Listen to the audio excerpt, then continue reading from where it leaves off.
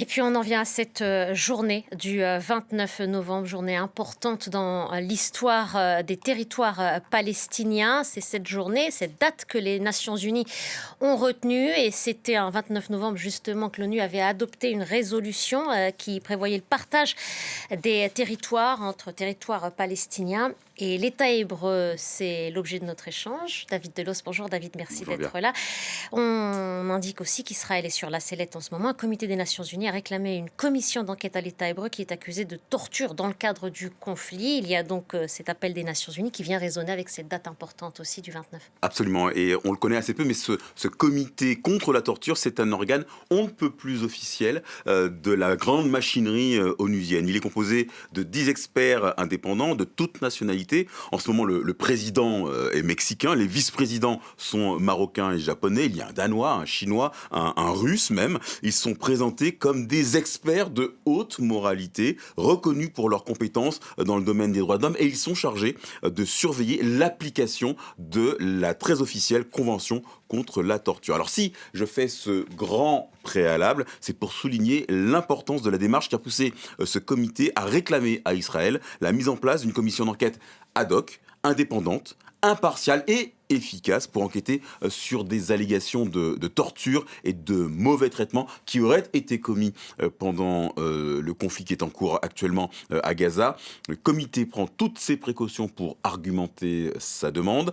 Il les condamne sans équivoque, l'attaque perpétrée le 7 octobre 2023 par le Hamas, mais il exprime en parallèle sa profonde préoccupation face à, je cite, au caractère disproportionné de la riposte israélienne. Mi-novembre, les membres de ce comité ont examiné la situation en Israël et ils disent avoir été consternés par les descriptions de ce qui s'apparente à des actes de torture systématiques et généralisés infligés à des Palestiniens détenus par les forces israéliennes.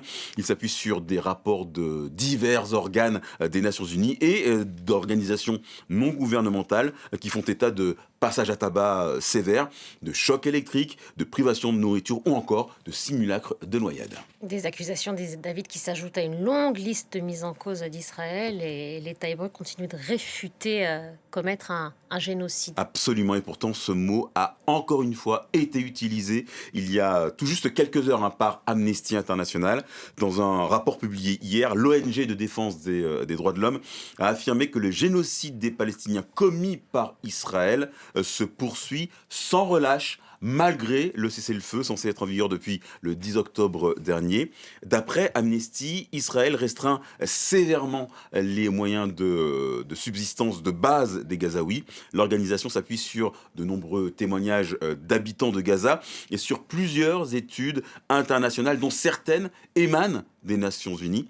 En fait, le cessez-le-feu constitue un faux retour à la normale pour l'organisation qui estime que le fait de fournir une aide limitée à quelques-uns ne signifie pas que le génocide a pris fin ni que l'intention d'Israël a changé. Le rapport s'alarme d'un risque d'illusion trompeuse et appelle le monde à ne pas se laisser berner. Les mots sont donc extrêmement forts, le réquisitoire est définitif, très sévère, sans appel, qui rappelle que l'État hébreu est sur les bancs des accusés depuis septembre dernier, quand une commission d'enquête indépendante de l'ONU l'avait officiellement qualifié de génocidaire. Et pourtant, l'État hébreu continue de rejeter ces accusations fermement. Absolument, c'est vrai, mais l'État hébreu a du mal à convaincre. On pense aux tirs de sniper sur les lieux de distribution d'aide humanitaire. On pense au bombardement des infrastructures de santé, comme sur l'hôpital Nasser en août dernier. Souvenez-vous, ces images des frappes qui avaient tué 4 journalistes.